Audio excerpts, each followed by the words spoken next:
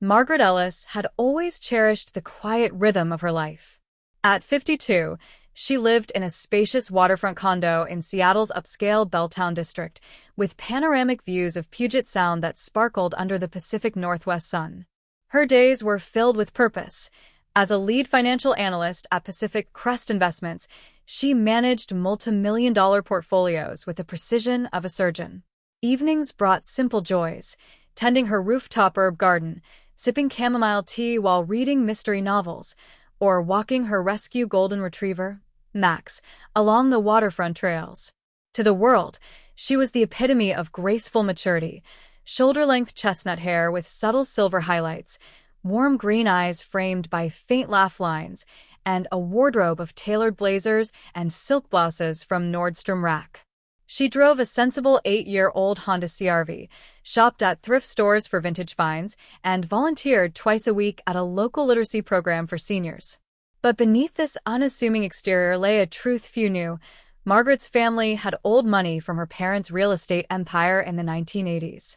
The Belltown condo, prime waterfront property worth $2.8 million today, had been their wedding gift to her alone, 25 years ago, long before her husband Richard Kane's name was added as a marital courtesy. Richard, 54, was a regional sales director for a high-end furniture chain, charismatic and polished with salt and pepper hair and a perpetual 5 o'clock shadow.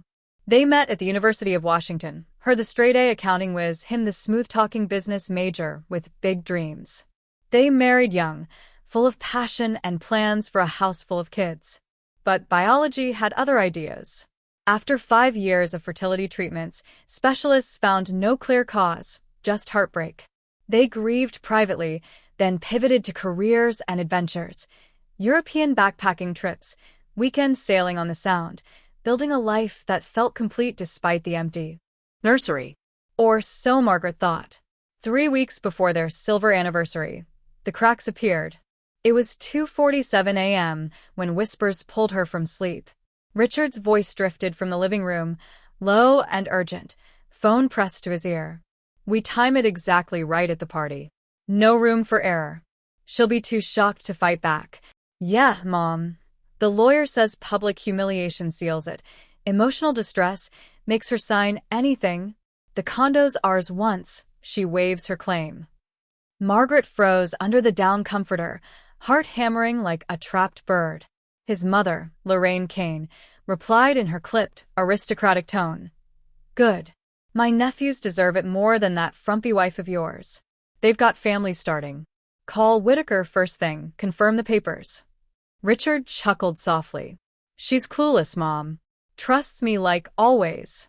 After 25 years, she thinks we're solid." They talked another 15 minutes, details about asset division, premarital gift loopholes, and the new girl. When Richard crept back to bed, Margaret feigned sleep, but her mind raced. Richard's left eyelid twitched when he lied, a tic she'd noticed since their dating days. And this was the mother of all lies. Morning light filtered through the blinds. Richard was suddenly Mr. Romantic, brewing her favorite Kona blend and kissing her temple. "Morning, gorgeous. Dreamed about our big 25th? Let's make it epic. The Edgewater Hotel Ballroom, 110 guests, jazz band, oysters on the half-shell. What do you say?"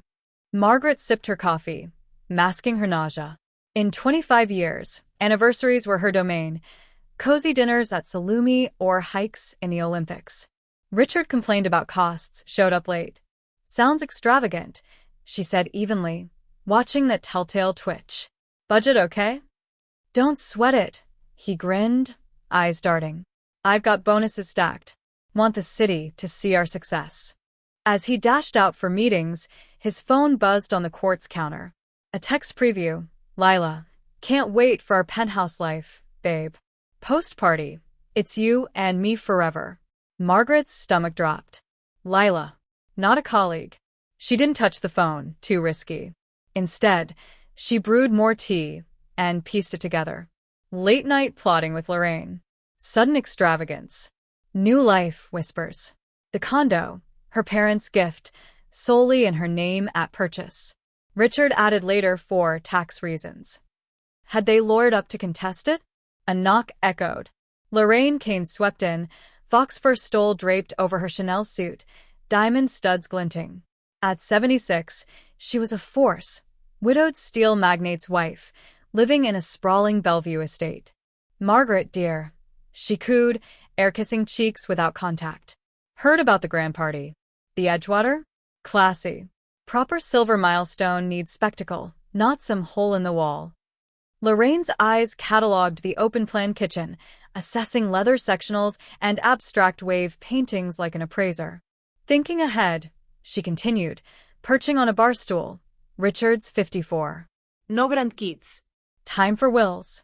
My sister's sons, ambitious engineers with young families, could use stability. Government gobbling assets? Tragic." Margaret set down her mug. "No kids, Lorraine.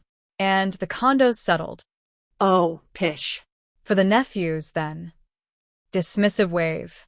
Then, casual as weather. "Deed originals in the safe?" "Just curious, for the boy's future." Ice prickled Margaret's spine. Lorraine never asked about papers. "Safe, yes," Margaret said coolly. "Why?"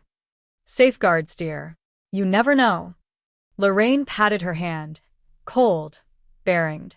"At your age, prudence matters." After she left, Margaret exhaled shakily.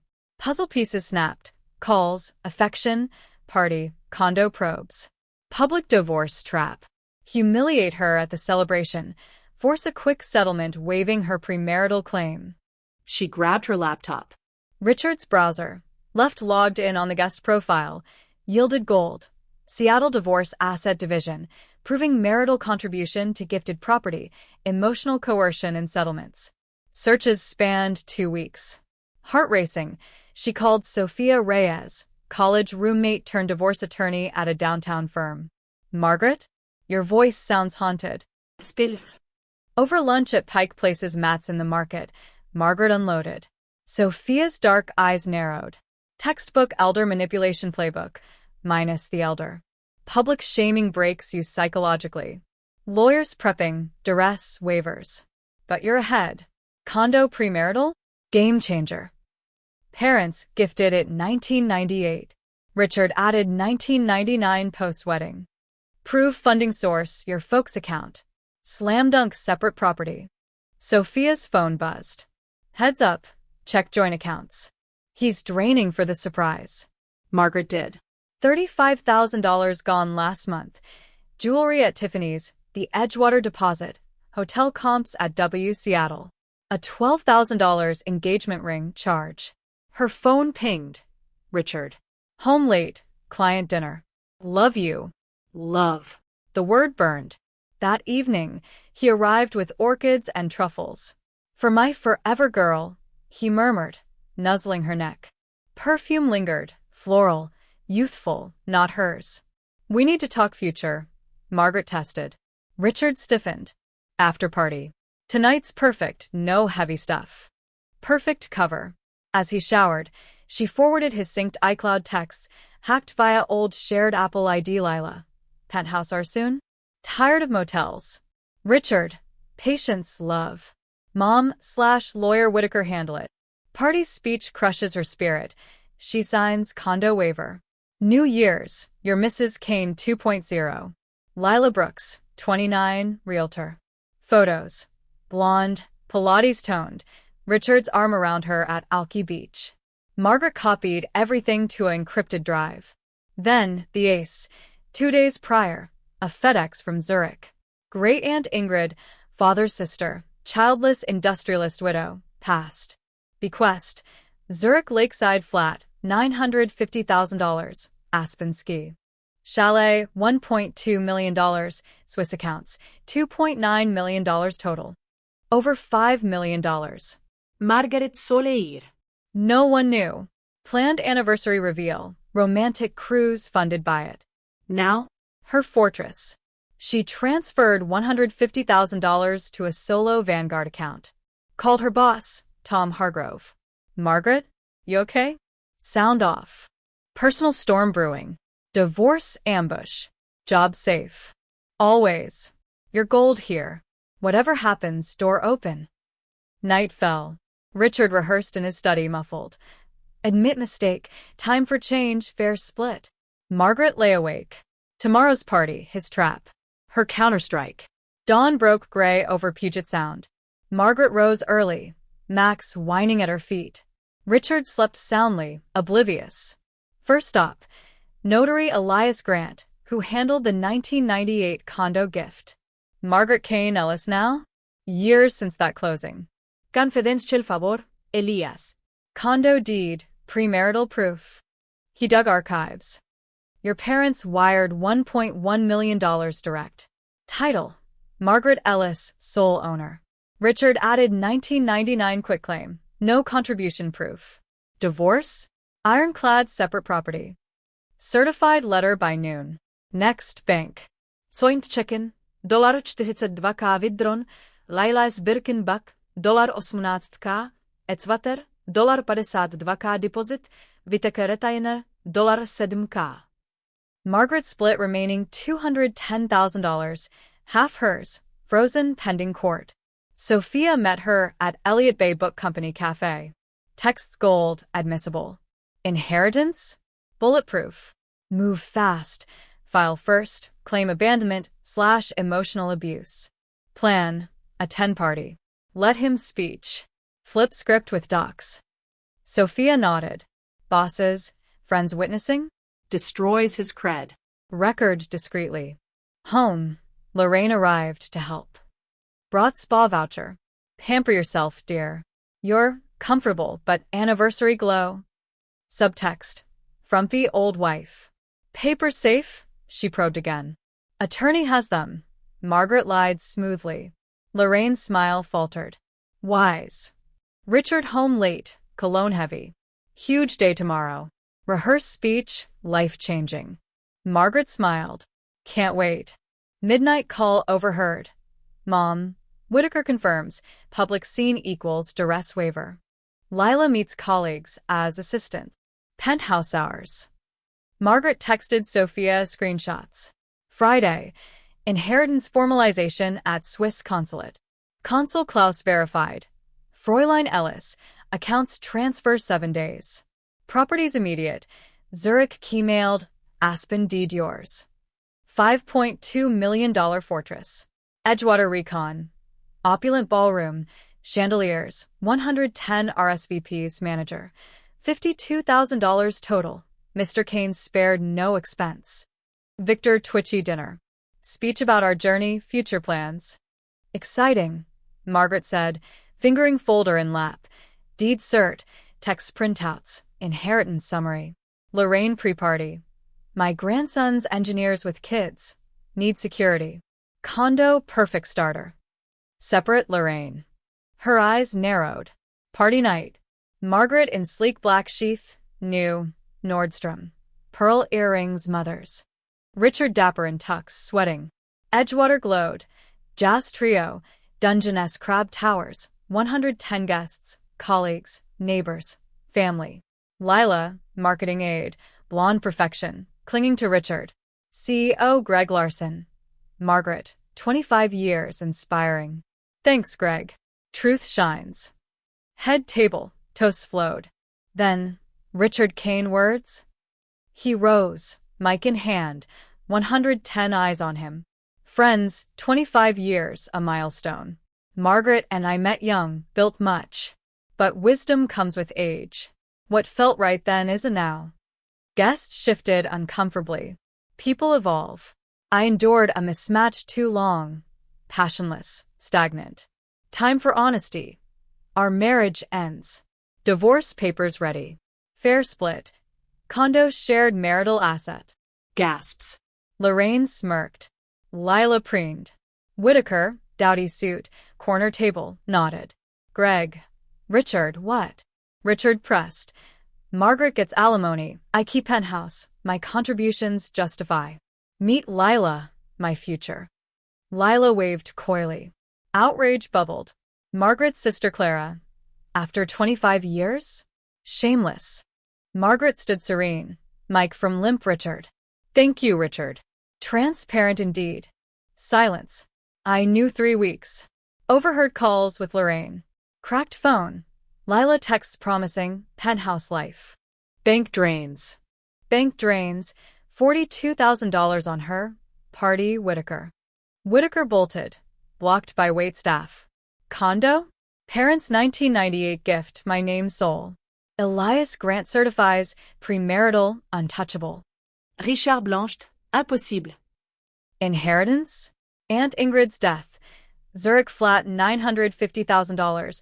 Aspen chalet $1.2 million. $2.9 million cash. Total $5 million mine alone. Room exploded whispers. $52,000 party? Joint funds for your humiliation script.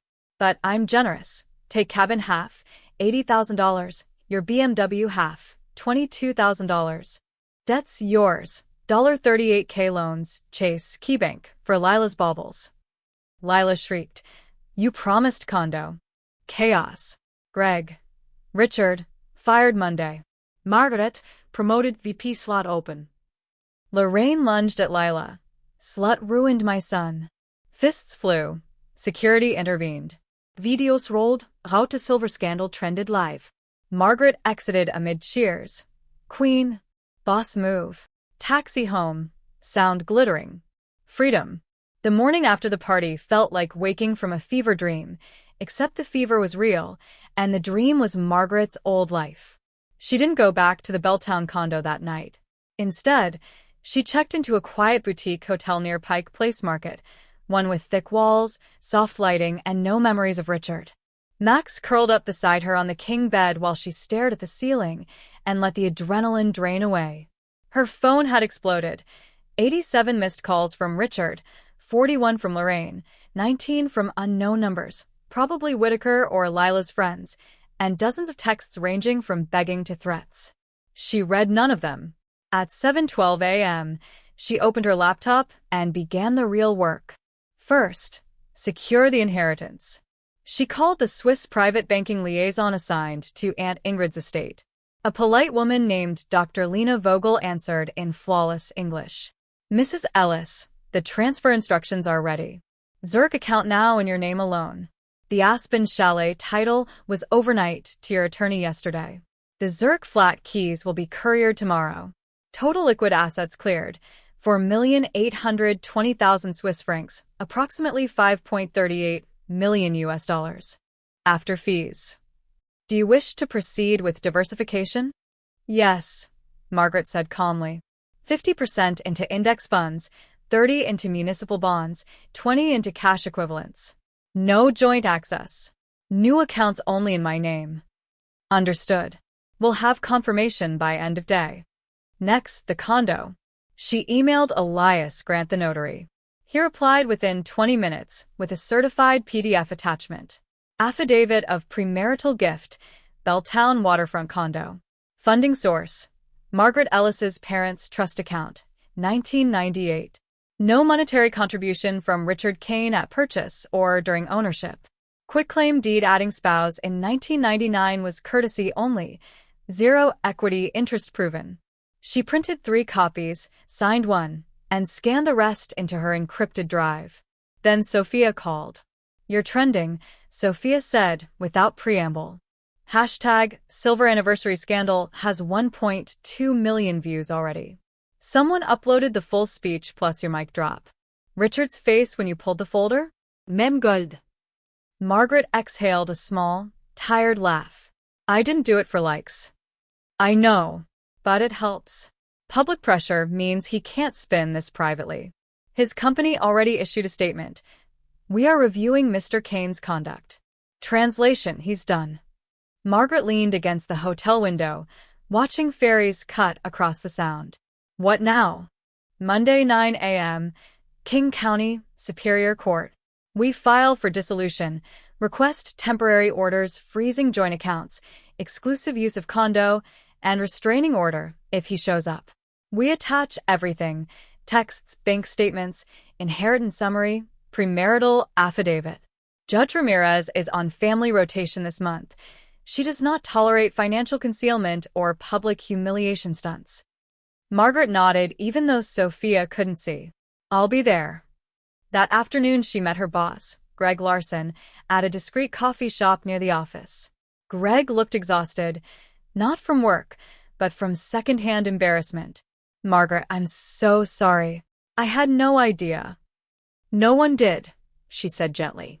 He hid it well. Greg rubbed his temples. HR already suspended him pending investigation. The board wants him gone. You? We're offering you Senior Director of Portfolio Strategy, same pay band, remote option, full benefits. You've earned it 10 times over. Margaret considered. I appreciate it, Greg. Truly. But I'm stepping away. I've got new plans. Greg's eyebrows rose. You sure? We'd hate to lose you. I'm sure. But thank you for believing me last night. He hugged her awkwardly across the table. Your family here. Doors always open. She left the coffee shop lighter. Evening brought the first real wave of emotion. Alone in the hotel room, Max snoring softly beside her, Margaret opened a bottle of 2018 Willamette Valley Pinot Noir she'd been saving for the anniversary. She poured 2 glasses, one for her, one for the ghost of who she used to be. She toasted the empty chair, to 25 years of trying, and to finally choosing myself. Tears came then, not from pain, but from release.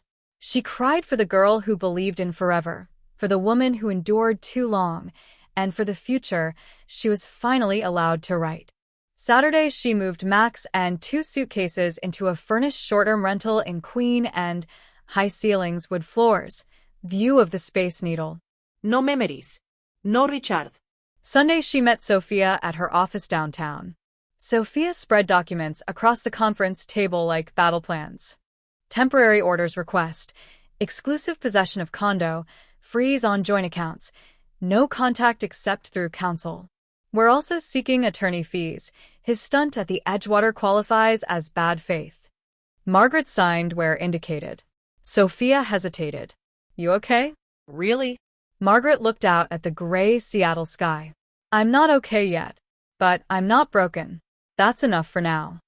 Monday morning, 8:45 a.m., King County Courthouse. Richard arrived late, rumpled suit, eyes bloodshot. Lorraine hovered behind him like a vulture. Whitaker was conspicuously absent. Rumor was he'd fled to Portland after the viral video. Judge Ramirez, silver hair in a neat bun, peered over reading glasses. Counsel. Sophia stood. Your Honor, petitioner concealed marital debts, drained joint accounts for an extramarital affair, and orchestrated public humiliation at a 25th anniversary event in front of 110 witnesses. We request immediate dissolution, confirmation of separate property status for the Belltown condo, and reimbursement of dissipated assets. Richard's public defender stammered. My client, disputes the characterization. The judge cut him off. I've seen the video, counsel. The court has also received affidavits, bank records, and a premarital gift certification. Mr. Kane, do you have anything to add before I rule on temporary orders? Richard looked small. I just wanted to be happy. Judge Ramirez's voice was steel-wrapped in velvet. Happiness built on deception and financial abuse is not protected by this court. Temporary orders granted as requested. Respondent barred from condo. Joint accounts frozen. No contact. Hearing on final dissolution set for 6 weeks. Gavel. Richard stared at Margaret as she walked past. Maggie, please. She didn't turn. The Edgewater Hotel ballroom shimmered under crystal chandeliers. White roses in tall vases, gold-rimmed china, a jazz quartet playing soft Cole Porter. 110 guests, colleagues, neighbors, old college. Friends, Richard's sales team, Margaret's book club, mingled in cocktail attire, toasting the perfect couple. Margaret wore a midnight blue silk gown that skimmed her figure, new, bought alone. No input from Richard. Simple diamond studs, her mother's, hair swept into a low chignon. She looked serene, untouchable. Richard, in black tuxedo, tugged at his collar every few minutes. His left eye twitched constantly. Lila Brooks stood near the bar in a crimson dress that screamed attention. She sipped champagne and laughed too loudly at nothing. Lorraine Kane floated through the crowd in emerald velvet, accepting compliments on her son's beautiful marriage. At 8:28 p.m., the MC tapped the microphone. "Ladies and gentlemen, Richard Kane would like to say a few words." The room quieted. Glasses lowered. Phones discreetly raised. Richard stepped to the center, smile practiced, voice amplified. "Friends, family, thank you for being here to celebrate 25 incredible years. Margaret and I have built something rare, a life of trust, partnership, success." Polite applause. He paused, smile fading into something rehearsed and solemn. But life teaches us difficult lessons. Sometimes what we thought was forever isn't. People grow apart. Dreams change. And after 25 years, I've come to realize I deserve more. Passion. Excitement. A future that matches who I am today. Gasps rippled. Forks clinked against plates. "I'm filing for divorce." A woman near the back whispered loudly, "What the hell?" Richard pressed on, emboldened by shock. "The condo will be divided fairly. Margaret will receive what the law allows. I've met someone who understands me now, Lila Brooks, my new partner."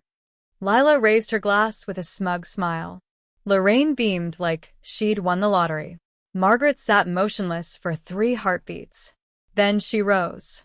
She walked to the microphone stand with measured steps. Richard tried to block her. She stepped around him like he was furniture. She took the mic gently from his frozen fingers. "Thank you, Richard," she said, voice clear, calm, carrying to every corner. That was illuminating. The room held its breath. "For those who don't know the backstory," she continued, "I've known about this plan for 3 weeks.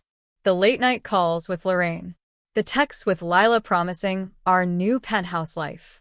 The $52,000 drained from our joint account to stage this very party, and to buy Lila's Birkin bag, Tiffany earrings, and the $12,000 ring she's wearing right now." Lila's glass slipped. Champagne splashed her dress.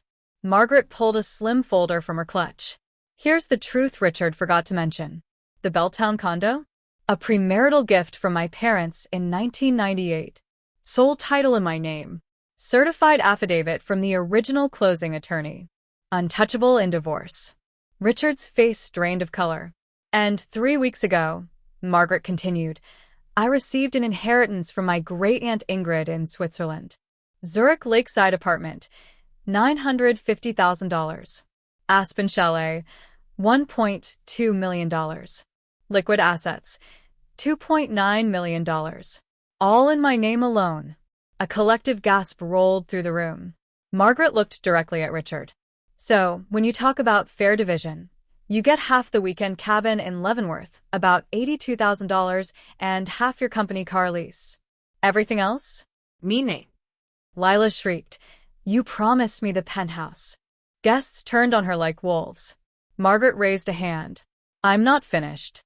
Richard also took out $38,000 in secret loans, Chase, KeyBank, Quick Cash apps, all to fund this charade and his new life. Those debts? His alone. The judge will confirm it. Richard lunged for the mic. "Maggie, stop. This is private." She stepped back smoothly.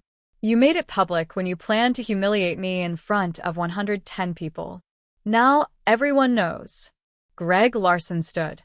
"Richard Kane, effective immediately. You are terminated. Security will escort you out." 2 hotel guards appeared at Richard's elbows. A woman from Margaret's book club cut her off. "Your son deserves a mirror and some shame." Lila tried to slip toward the exit. Clara Ellis, Margaret's sister, blocked her. "Going somewhere, homewrecker?" Lila snarled. "He said she was boring, that he was trapped." Margaret spoke one last time into the mic. "I'm not here for revenge. I'm here for truth. Thank you all for witnessing it."